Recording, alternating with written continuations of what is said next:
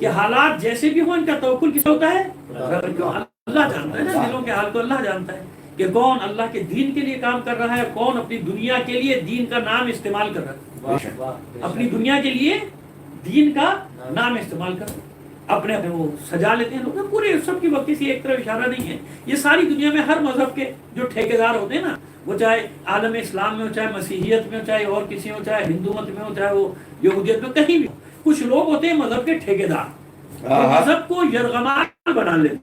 کیا کہنے، یعنی وہ کہتے ہیں کہ جو ہم کہہ رہے ہیں وہ مذہب ہے، باقی کچھ نہیں ہے. اب ان کے سامنے بیچارہ نہ کوئی اپنی رائے رکھ سکتا ہے، نہ کوئی تبصرہ کر سکتا ہے، فوراً اس کے اوپر فتویٰ لگا دیں گے، یہ جو ہے آزاد خیال ہے، یہ روشن خیال ہے، یہ فلانا خیال ہے، یہ فلانا خیال ہے، اس کی داڑھی نہیں ہے، یہ داڑھی منڈا ہے، اور یہ جناب پینٹ پتلون پہ، یہ کوٹ پینٹ پہنتا ہے، یہ پتلون اور کوٹ پہنتا ہے، اور یہ عجیب عجیب کی باتیں. بھائی اس کی بات سنو نا، اس کا اعتراض سنو، اعتراض کا جواب دو.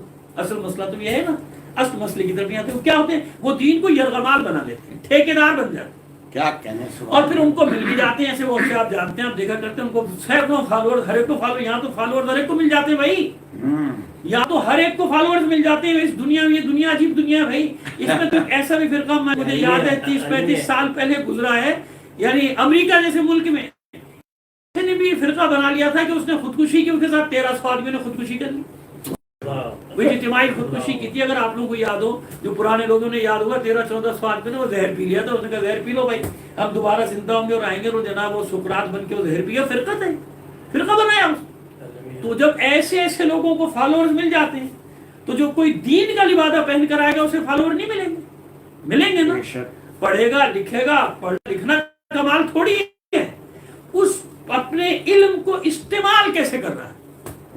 اگر اس کے علم سے فتنہ پھیل رہا ہے معاشرے میں، خامخواہ کے مسائل کو ایجاد کرنے جو مسائل نہیں ہیں ان کو ایجاد کر رہا ہے، اس کو یہی نہیں تمیز ہوتی کہ سنت کیا ہے اور بدعت کیا ہے.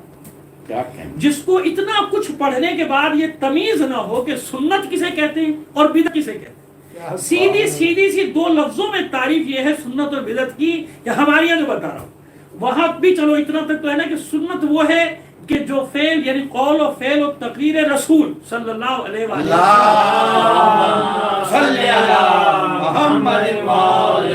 حضور نے جو فرمایا، حضور نے جو عمل انجام دیا، اور حضور کے سامنے کوئی فعل ہوا، اس پہ حضور یعنی حضور کی رضامندی ظاہر ہوئی، تو وہ کہلاتی ہے تقریر رسول. قول رسول، فعل رسول، تقریر، یہ سنت رسول. یہ تو مشترک ہے نا سمجھ. ہمارے یہاں سنت یہاں پر نہیں رکی، ہمارے یہاں 14 معصومین کے افعال، اقوال اور ان کی تقاریر جو ہے وہ سب کی سب سنت ہے. یعنی مولا عارف خان نے جو کیا وہ بھی سنت، امام حسن علیہ السلام نے کیا وہ بھی سنت، حسین علیہ السلام جناب سید الشہداء نے جو انجام دیا وہ بھی سنت قرار پائے گا. چوتھے امام جو فعل انجام دیں گے وہ بھی سنت قرار پائے گا. پانچویں امام جو فعل انجام دیں گے وہ بھی سنت قرار پائے گا. چھٹے امام جو فعل انجام دیں گے، یونیورسٹی رسول نے نہیں بنائی، یونیورسٹی مولا کائنات نے نہیں بنائی، کیونکہ چھٹے امام کو وقت ملا. آپ کے زمانے میں ایسا ماحول ہوا، آپ کے زمانے میں آپ کو فرصت ایک یونیورسٹی، ایک جامعہ کو ترتیب دے تو جامعہ تنظیم پایا، عالم اسلام کا سب سے پہلا اور سب سے بڑا.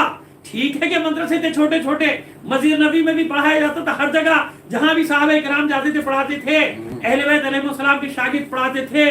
زہیر بن قین بھی معلم تھے، تعلیم دیتے تھے کوفے میں. جناب حبیب بن مظاہر بھی فقیہ تھے، لیکن باقاعدہ باضابطہ، تو وہ بھی سنت قرار پایا کہ نہیں قرار پایا. اور پھر وہ فعل جو خود رسول نے انجام دے کر بتا دیا اپنی زندگی میں کہ یہ عزاداری میری سنت ہے، وہ فعل جو خود حضور انجام دے رہے ہیں اور جس کے گواہ ہم نہیں. جناب ام سلمہ سلام اللہ علیہ ام المؤمنین سے روایت، جناب عبداللہ ابن عباس سے روایت، اور نہ معلوم کہ جابر ابن عبداللہ انصاری رضی اللہ تعالیٰ عنہ، کتنے صحابہ سے روایت. میں نام لیتا چلا جاؤں، پتہ نہیں کہاں تک نام پہنچ جائیں گے، کہ وہ تو سیدھی سنت رسول، حسین کا ذکر بھی کرنا، حسین پر رونا بھی، یہ کیا ہوا؟ سنت. اگر سنت مانو بھائی، ہم تو فرض مانتے ہیں.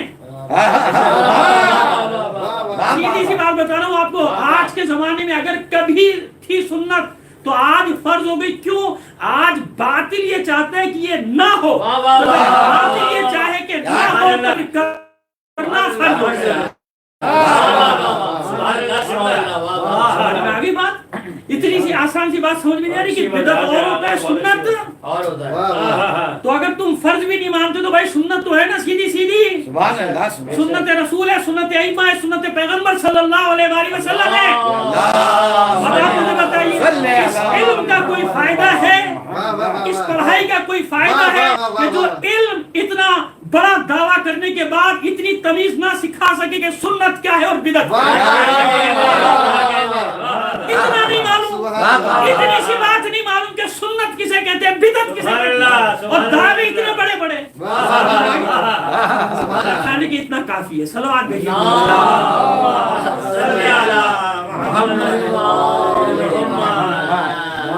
محمد وآل محمد صلوات.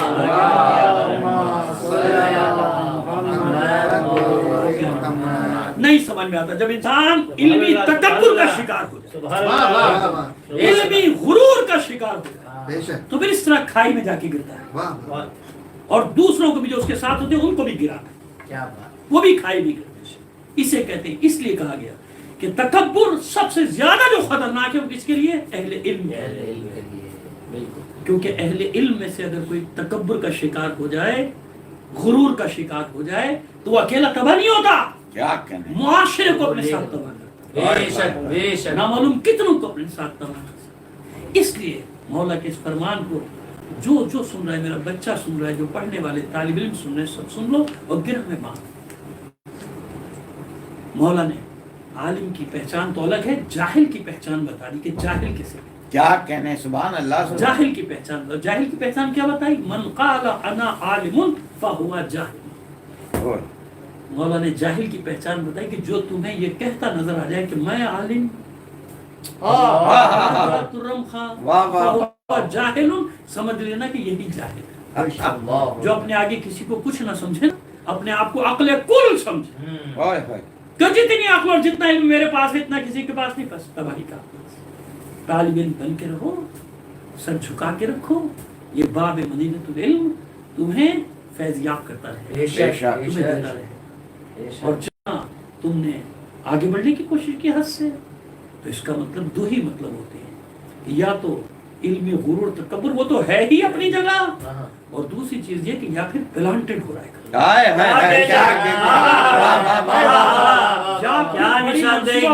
کے تحت کام ہو رہا ہے تاکہ دوسروں کو موقع دیا جائے, دوسروں کو دلیلیں دی جائیں کہ جی یہ تو ان کی اپنے سے آواز اٹھ رہی ہے, یہ تو ان کے اپنے کہہ رہے ہیں. جب اپنے ایسا کریں گے تو دوسرے, خدا کے بندو ہمیں بھی معلوم ہے وبا کا زمانہ ہے, ہم بھی جانتے ہیں وبا کا زمانہ ہے, ہم بھی جانتے ہیں اور پیغام دے چکے, لوگوں کو مسلسل پیغام دے رہے ہیں کہ اس مرحلے میں ڈاکٹروں کی رائے آخری رائے ہوتی ہے. آپ اس کی بات کریں, کسی موقع پر تو ایسا بھی ہو سکتا ہے جیسے کہ ہوا کہ اگر خانہ کعبہ کو بھی بند کیا جا سکتا ہے نمازیوں کے لیے, مسجد نبی کو بھی بند کیا جا سکتا ہے نمازیوں کے لیے, بہت بڑی بات ہے, یہ مسئلہ الگ ہے. لیکن جان کے اس مسئلے کو جوڑنا وہاں سے, یہ کچھ بتا رہا ہے کہ اندر کوئی کہانی کچھ اور ہے, اندر کے. اور مجھے یقین ہے کہ اب تو یہ کبھی بھی مجلس نہیں پڑھیں گے انشاءاللہ, کیونکہ انہوں نے تو خود ہی کہہ دیا کہ یہ مجلس جو ہے بدعت ہے, تو اس بدعت پہ کبھی عمل نہ کرنا. صلوات بھیجیے.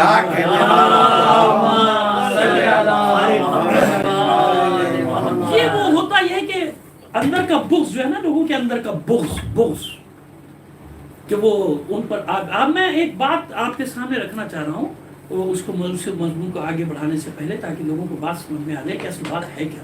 مجھے یہ بتائیے کہ یہ فروری کے اختتام پہ یہ ساری وبا کا سلسلہ شروع ہوا, اور مارچ کے دوسرے ہفتے میں یہ لاک ڈاؤن کا آغاز شروع ہوا, 13 مارچ سے لاک ڈاؤن شروع ہوا.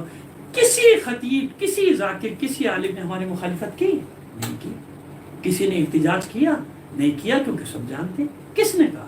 حالانکہ رجب کے پروگرام, شعبان کے سارے پروگرام سب ختم ہو گئے, ہمارے کسی خطیب یا ذاکر نے حکومت کے سامنے احتجاج دیا. کس رمضان کا معاملہ لگے, وہ ہمارے لوگ جو کر رہے ہیں ہم ان کے پیچھے, میں پہلے بھی کہہ چکا پھر کہہ رہا ہوں کہ وہ جو کمیٹی بنی ہے, وہ جو ہمارے علماء یہ سارے کام انجام دے رہے ہیں, جو وہ فیصلہ کریں گے ہم ان کے ساتھ ہیں, ہم بالکل ان کے ساتھ ہیں. لیکن کسی نے کوئی احتجاج کیا, پھر آپ یہ کیسے کہہ رہے ہیں؟ دوسرے نے تو کیا بھی ہوگا اپنے مسائل کے لیے, ہمیں ان سے غرض نہیں. ہم آج یا کوئی ایک بتا دیں, ایک ذاکر یا خطیب کوئی میدان میں نکلا, وہ نے کہا نہیں جی ہم میں پڑھوں گا, میں جاؤں گا, یہ کروں گا, کسی نے نہیں کہا. پھر آپ کس کو ایسے کہہ رہے ہیں؟ یعنی اندر کا بغض ہے, کہ وہ جناب کیونکہ ان کو پیسے ملتے ہیں وہ اس لیے کرتے ہیں. کون جا رہے ہیں لوگ گھروں سے بیٹھ کے آن لائن مجلسیں پڑھ رہے ہیں, خود کر رہے ہیں, والنٹری کر رہے ہیں, ذکر کر رہے ہیں. حساب تو ان لوگوں کو دینا چاہیے جو گھر میں بیٹھ کے کروڑوں روپیہ مہینہ خرچ کیا کرتے ہیں. کہنے اب بھائی حساب تو تم دو نا کہ یہ کروڑوں روپے مہینہ آ کہاں سے رہا ہے. سننے والے بھی کرائے پہ بلائے جاتے ہیں, ان کو بھی لایا جاتا ہے, سننے والوں کو بھی معاوضہ یہاں تو پڑھنے والا لے رہا ہے وہاں تو سننے والے کو بھی دیا جاتا ہے. جی سننے والوں نے خود بتایا ہمیں تو, کیا کہنے ہمیں تو سننے والوں نے خود بتایا کہ اس لیے وہاں جاتے پیسے بھی ملتے ہیں, کھانا بھی ملتا ہے. یہ کیا طریقہ ہے, یہ اس کا مطلب